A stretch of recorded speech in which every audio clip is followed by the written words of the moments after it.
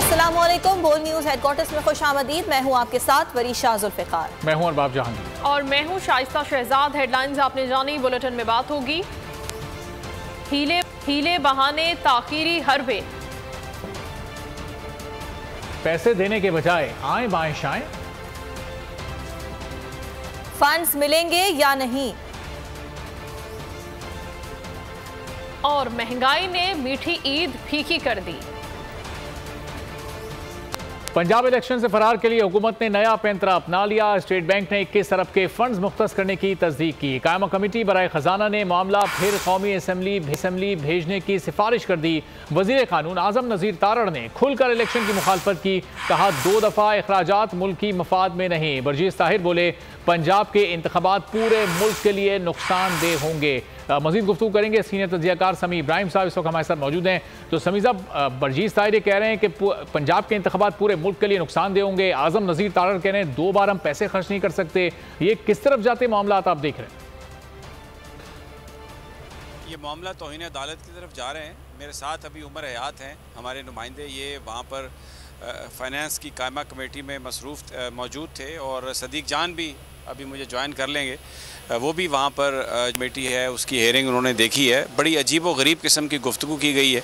वहाँ पर peoples party के जो रहनुमा हैं 2, अली मूसा गिलानी और नवीद कमर, वो ब्यूरोक्रेट्स को थ्रेटन करते रहे हैं कि अगर तो सुप्रीम कोर्ट तो तौहीन अदालत में बाद में आपको जेल भेजेगी, हम तौहीन पार्लियामेंट में पहले आपको जेल भेजेंगे अगर आपने पैसे रिलीज़ किए।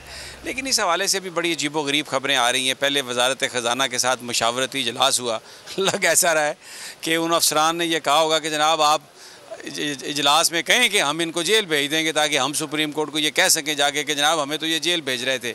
एक ऐसी मुनाफकत और एक ऐसा यहाँ पर धोखाधड़ी का केस है पाकिस्तान का। मेरा नहीं ख्याल कायदे आज़म के जहन में ये बात होगी जिस वक्त वो पाकिस्तान बनाने की कोशिश कर रहे थे, या वो लोग जिन्होंने कुर्बानियाँ दी, कि ये जहाँ आज साजिश, मुनाफकत, झूठ, बेईमानी, लाकानूनियत। तो सबसे पहले ज़रा मैं उमर हयात से पूछता हूँ कि क्या माहौल क्या था? बड़ी बड़ी तकरीरें की और पता नहीं क्या कुछ सुनाया जजेस को आज कायमा कमेटी बराए फाइनेंस ने।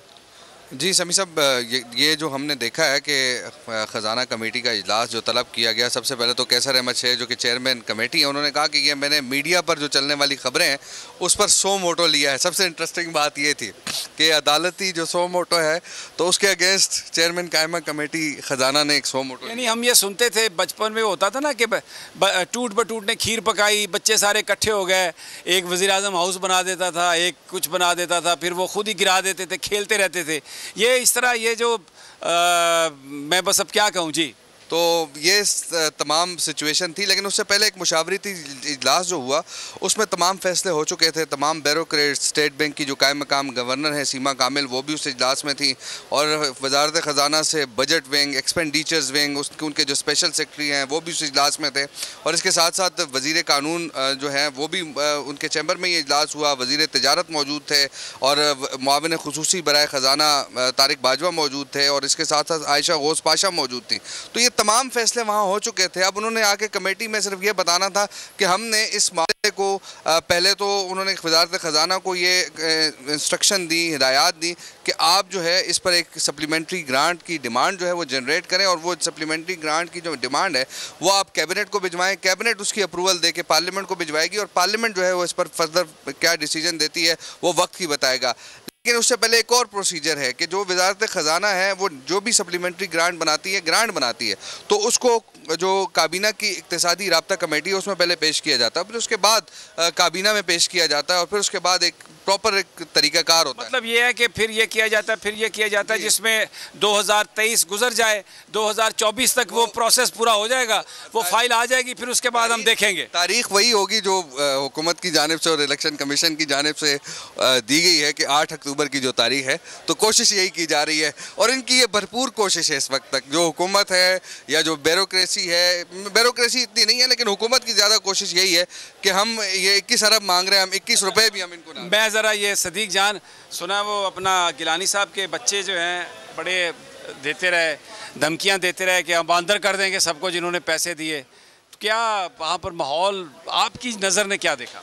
देखें समी साहब, मैं आपको शुरू में एक बात बता दूं कि कुछ चीज़ें हैं वो ना मैंने रिपोर्ट की ना उमर हयात साहब ने रिपोर्ट की, क्योंकि आपको पता है कि बोल जो है वो अदलिया पर जो हमले हैं उसका हिस्सा क्योंकि नहीं है।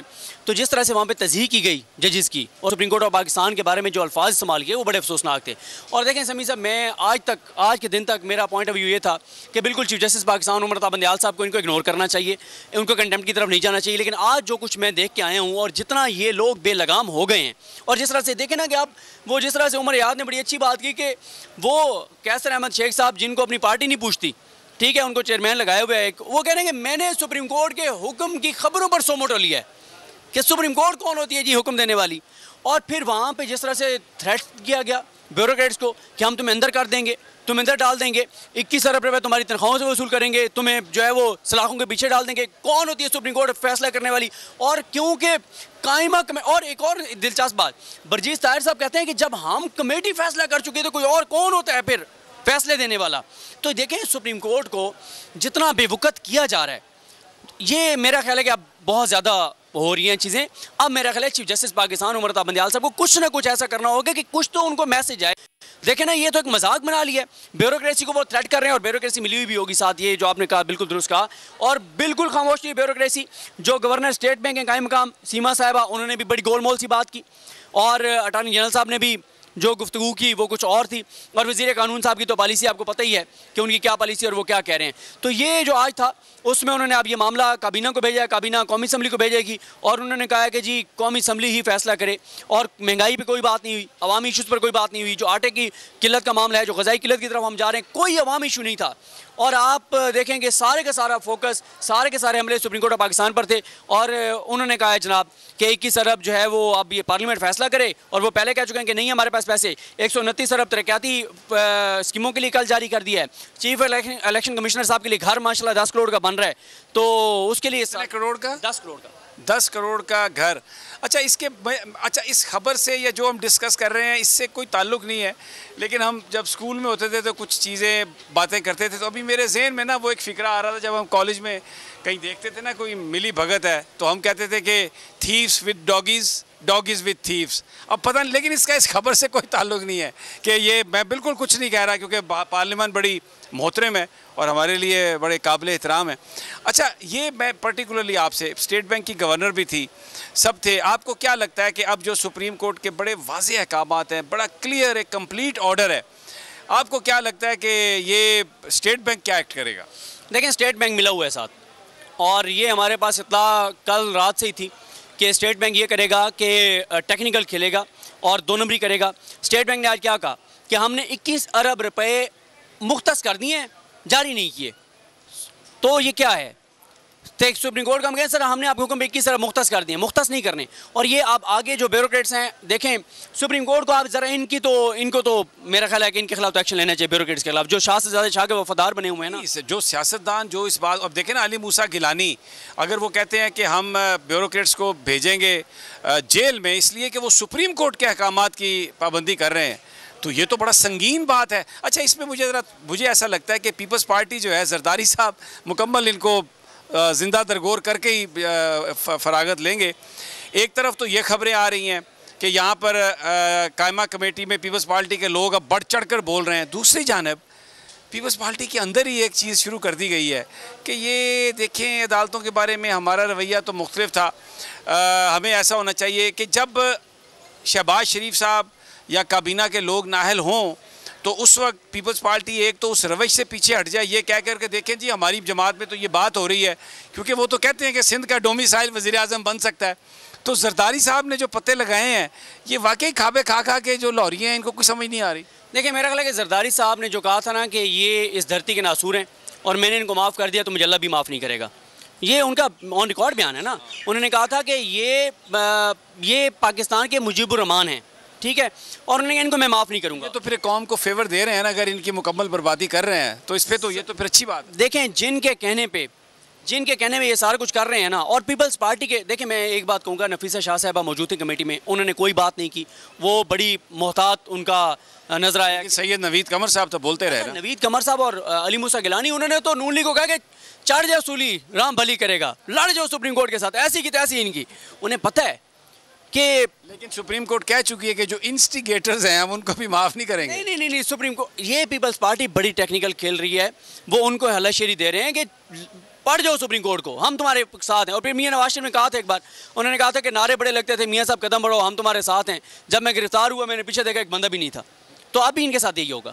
अच्छा उमर, योर कमेंट्स, कोई चीज़ रह गई हो अगर आप बयान करना चाहें, if anything worth reporting from the committee meeting? देखिए, असल चीज़ है, जो क्रक्स है, जो खबर है वो यही है कि सारी की सारी गेम जो है वो अब नेशनल असम्बली पे डाल दी गई। और नेशनल असम्बली में आपको पता है कि कौन लोग हैं, तो उन्होंने तो इसकी अप्रूवल नहीं देनी, क्योंकि बर्जीस ताहिर जो है वो कह चुके थे आज भी कमेटी में कि हमने 13 अप्रैल 2023 को ये फैसला कर लिया था और एक यूनानिमस रेजोल्यूशन इस हवाले से मंजूर की थी। वो यही थी कि ये इलेक्शन नहीं होंगे। बल्कि एक और चीज़ भी बात हुई है, वो ज़रा ज़्यादा इंपॉर्टेंट है मेरे ख्याल में, मुझे इसी से लिंक्ड हुई याद आई।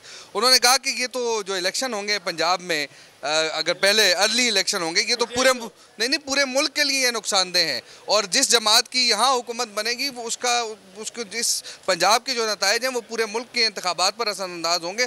तो इसलिए उनको अब पता है कि हमारी जो है वो शिकस्त सामने है और यहाँ हम जीत नहीं सकते उस हवाले से। तो इसीलिए एक ये डिलेइंग टैक्टिक्स यूज़ हो रही हैं। अच्छा, अब जो कुछ पार्लिमानी कमेटी में हुआ और कायमा कमेटी में और जो कौमी असम्बली में इस वक्त हो रहा है या सेनेट में, एक बात तो तय है कि अगर ये चीज़ें फ़ाइनल हो जाती हैं तो इसका मतलब है कि आने वाले दिनों में जो भी हुकूमत होगी उससे इक़्तिदार लेना बहुत मुश्किल होगा। और ये सुप्रीम कोर्ट जो है इसका बिल्कुल इसका सर्वाइवल जो है एट स्टेक है।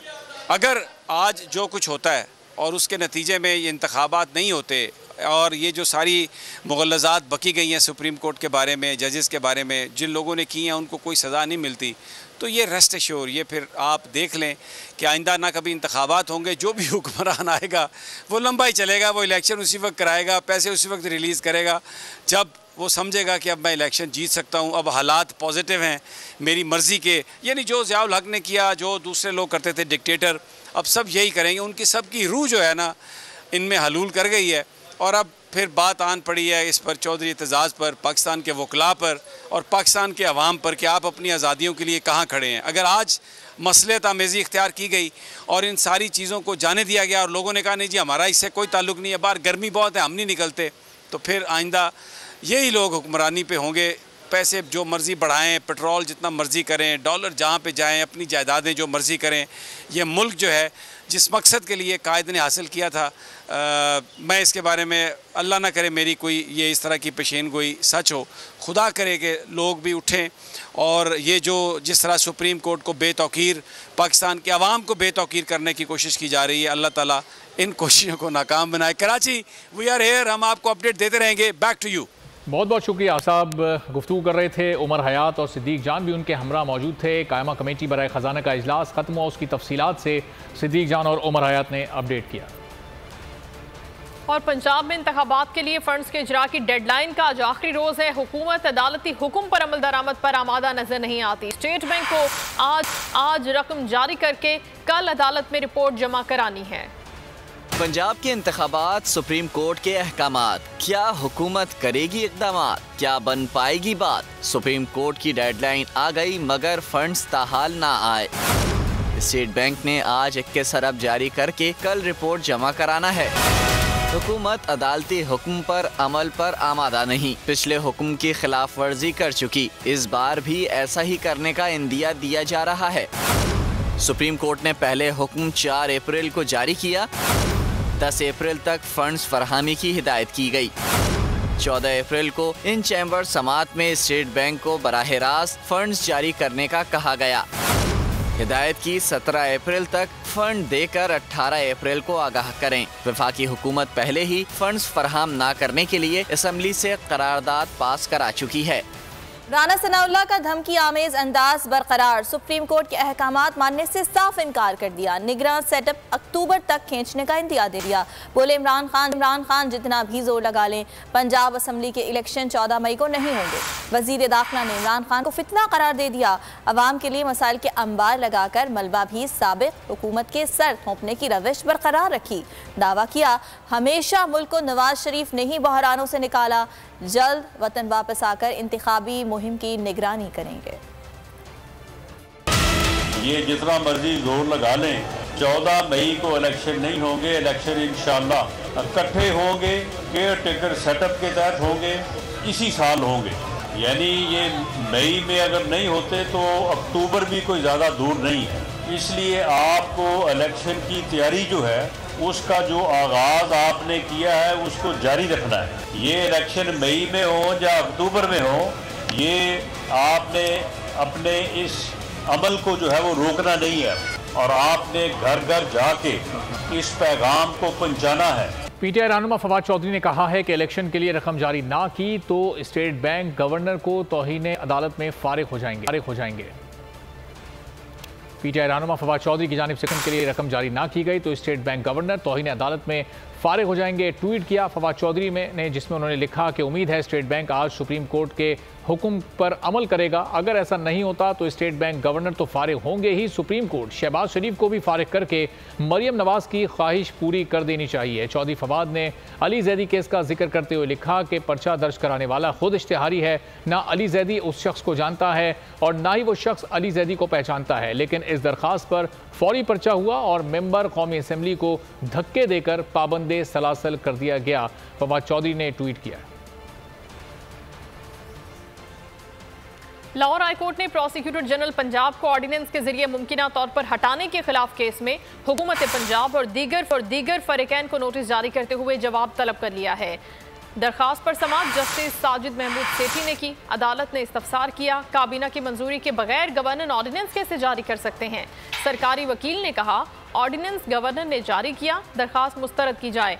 अदालत ने प्रोसिक्यूटर जनरल को ओहदे से हटाने के खिलाफ हुक्म इम्तना की दरखास्त पर भी जवाब तलब कर लिया।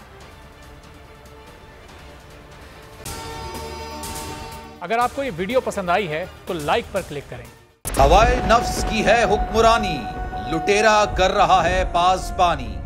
बोल न्यूज के मार्केटिंग हेड आकाश राम ताहाल लापता, तफ्तीशी इदारे जवाब देने से कासिर। अहले खाना परेशान, बेटे की जुदाई में माँ गम से निढाल। जो बच्चो हिंदू हुआ पर आए थे जो को पाकिस्तानी, मुझे मेहरबानी करे पंजो आकाश वापस कयो। हुकूमत से बेकसूर और मुहिब्बे वतन बेटे की बाजियाबी के लिए फरियाद। आकाश राम के अगवा के खिलाफ अहले खाना की जानिब से सुप्रीम कोर्ट में दरख्वास्त दायर। सुप्रीम कोर्ट के चीफ जस्टिस उमर अता बंदियाल से आकाश राम के अहले खाना की जल्द समाअत की इस्तदा। मुश्किल की इस घड़ी में आलमी मीडिया ने भी उठाई आवाज। CNN, आज तक, इंडिया टुडे, टाइम्स नाउ समेत आलमी मीडिया ने आकाश राम के अगवा के खिलाफ दिया बोल का साथ। उफ क्या जुल्म है, बोल इंसाफ का मुंतजिर। सब्सक्राइब करें और बेल दबाएं ताकि कोई खबर रह न जाए।